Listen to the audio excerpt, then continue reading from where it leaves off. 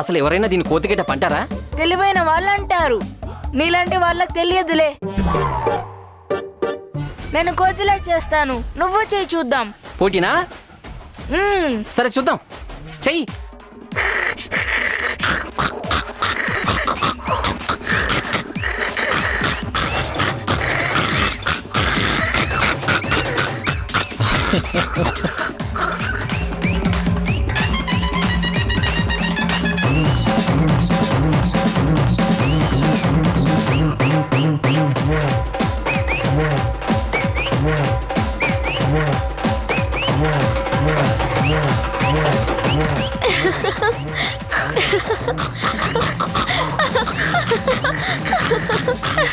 అయ్యో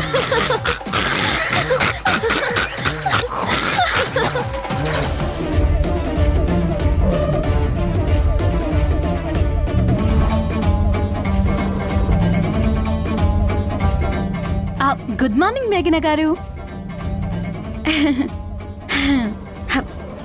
ఏంటి మేఘన గారు అలా చూస్తున్నారు? టైం ఎంత అయింది? టైం 3. మరి 3 గంటలకు గుడ్ మార్నింగ్ ఏంటి? అంటే సరిగ్గా వినపడుతుందో లేదో టెస్ట్ చేద్దామని. సరిగా వినపడుతుందో లేదోనని టెస్ట్ చేయడం ఏంటి? అంటే మీరు సీరియస్ గా సిన్సియర్ గా వర్క్ లో ఉన్నారు కదా, ఆ పని ధ్యాసలో పడిపోయి నా మాటలు సరిగ్గా వింటున్నారో లేదో అని, నేను తప్పు మాట్లాడిన విషయాన్ని మీరు కనిపెట్టారో లేదో అని ఒక చిన్న టెస్టింగ్ అన్నమాట. టెస్టింగ్. హెల్త్ బానే ఉందా? అదేంటి మేడం, హోటల్కి వచ్చినోడికి అంబులెన్స్ తెచ్చుకున్నావా అని అడిగినట్టు అలా సమయ సందర్భం లేకుండా హెల్త్ ఓకేనా అని అడిగారు. తిక్కగా ఏదేదో మాట్లాడుతున్నావు కదా, అందుకు. అంటే ఏదో ఒకటి మాట్లాడుతూ ఉంటే అక్కడ వింటూ ఉంటారు కదా అని. అక్కడ వినడం ఏంటి? అక్కడెవరు వింటున్నారు? అక్కడ కాదు మేడం, ఇక్కడ ఇక్కడ మీరు వింటుంటారు కదా అని. ఏం మాట్లాడుతున్నావు నువ్వు? నేను వినడం ఏంటి? అంటే నా మాటలు క్లియర్ గా వినపడుతున్నాయా లేదా అని. బా, ఇది టెన్షన్ లో పడి ఏదైనా మాట్లాడి దొరికిపోతుందేమో. ఏం మాట్లాడుతున్నావో అర్థమవుతుందా నీకు? మన మాటలు క్లియర్ గా వినపడ్డం ఏంటి? ఎవరికి వినపడాలి? ఎవరికో కాదు మేడం, మనకే. ఎందుకంటే కొత్తగా ఫాల్ సీలింగ్ చేయించారన్నమాట. మన మాటలు ఎకోలో వస్తున్నాయో లేదంటే మామూలుగా ఉన్నాయో ఒకసారి చెక్ చేయమని ఆ కాంట్రాక్టర్ నాతో చెప్పారన్నమాట. అందుకన్నమాట. మాటకి పొంతన లేకుండా ఏదేదో మాట్లాడుతున్నావు. ఏమైంది నీకు? ఏదో ఒకటి మాట్లాడమని చెప్పారు మేడం, అందుకే ఏది పడితే అది మాట్లాడుతున్నాను. అబ్బా, ఈ తింగర్ది నన్ను కూడా ఇరికించేలా ఉందే. ఏదో ఒకటి మాట్లాడమని చెప్పారా? ఎవరు చెప్పింది? వాడే మేడం, వాడే. వాడంటే ఎవరు? అదే మేడం, ఈ ఫాల్ సీలింగ్ చేసినోడు. ఏదో ఒకటి మాట్లాడుతూ ఉంటండి, మాటలు కరెక్ట్ గా వినపడతాయో లేదోనని చెప్పాడు. నువ్వు మీ మేడం దగ్గర జాబ్ మానే, లేదంటే ఆవిడతో తిరగడం మానే. అప్పుడు ఇలా పిచ్చిగా మాట్లాడడం మానేస్తావు. అలాగే మేడం, థ్యాంక్ యూ. ఇంకొంచెం సేపు నువ్వు ఇక్కడే ఉన్నా, నీ నోట్లో నుంచి ఇంకొక మాట వచ్చినా నిన్ను మెంటల్ హాస్పిటల్కి తీసుకెళ్లడానికి అంబులెన్స్ వస్తుంది.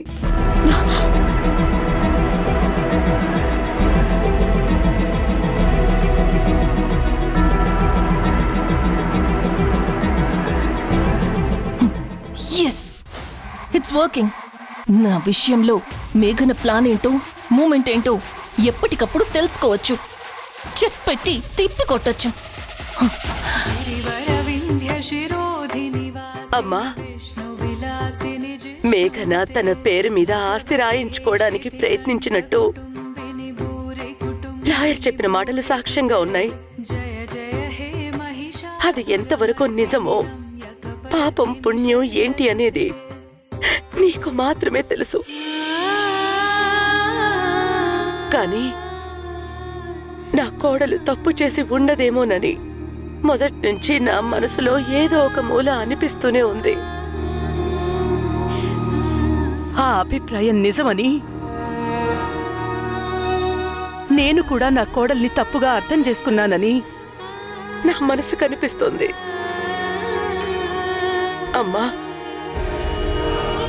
ప్రస్తుతం నాకు నిజానిజాలు, తప్పు ఒప్పుల కన్నా నా కొడుకు జీవితం బాగుండాలి. ఈ ఇల్లు సంతోషంగా ఉండాలి అనిపిస్తోంది. అందుకోసం నా కోడలతో మాట్లాడి ఇంటికి తీసుకురావాలనుంది. కానీ మేఘన ప్రస్తావన తీసుకొస్తేనే నా కొడుకు మండిపోతున్నాడు. అమ్మా, వాళ్ళ ఇద్దరి బంధాన్ని నువ్వే ముడివేశావు.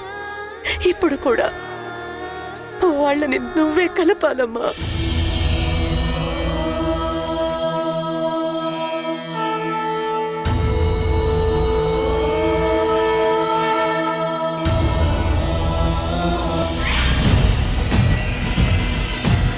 ఈ బార్బీ అర్థం పర్థం లేకుండా పిచ్చి పిచ్చిగా ఎందుకు మాట్లాడినట్టు?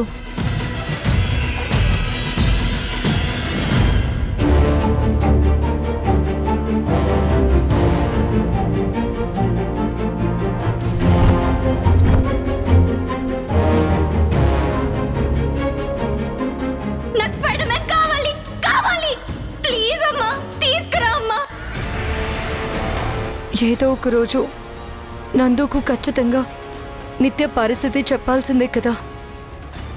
మరి నందు మాట్లాడతాడో లేదోనని ఆలోచిస్తూ వెనకడుగు వేయడం ఎందుకు? ధైర్యం చేసి మాట్లాడేస్తాను. నందు, ఇది నందునెందుకు పిలిచినట్టు? నేనేమైనా అక్కడున్నానా మేడం? నేను కూడా మీ పక్కనే ఉన్నాను కదా, మరి నాకెలా తెలుస్తుంది? నన్ను అడుగుతున్నారు. ఏంటి? నీతో కాస్త మాట్లాడాలి. నాతో మాట్లాడాలా? ఏం మాట్లాడాలి?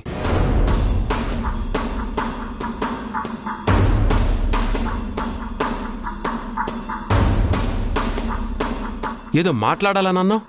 ఏం మాట్లాడాలని అడుగుతుంటే మాత్రం సైలెంట్గా ఉంటున్నా. మొన్న కూడా అంతే. అంత అర్ధరాత్రి పూట మా ఇంటికి ఎందుకు వచ్చావని అడిగితే చాలా ముఖ్యమైన పని మీద వచ్చానన్నావే తప్ప ఆ పని ఏంటో చెప్పలేదు. చెప్పు, ఎందుకు పిలిచావు? ఏం మాట్లాడాలి? భోంచేసావా? ఏంటి? భోంచేసావా అని అడుగుతున్నాను.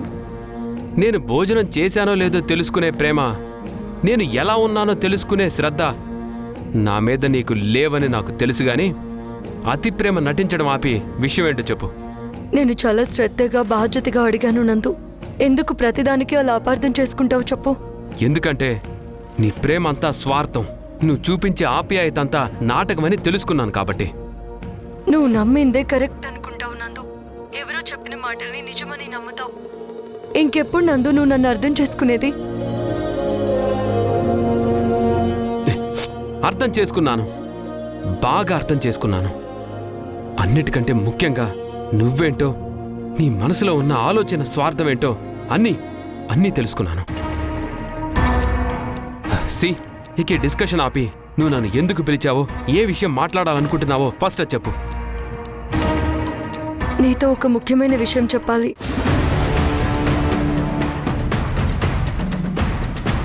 ఏంటి ముఖ్యమైన విషయం? ముఖ్యమైన విషయం మాత్రమే కాదు, చాలా సీరియస్ మ్యాటర్ కూడా. సీరియస్ మ్యాటరా? ఏంటది?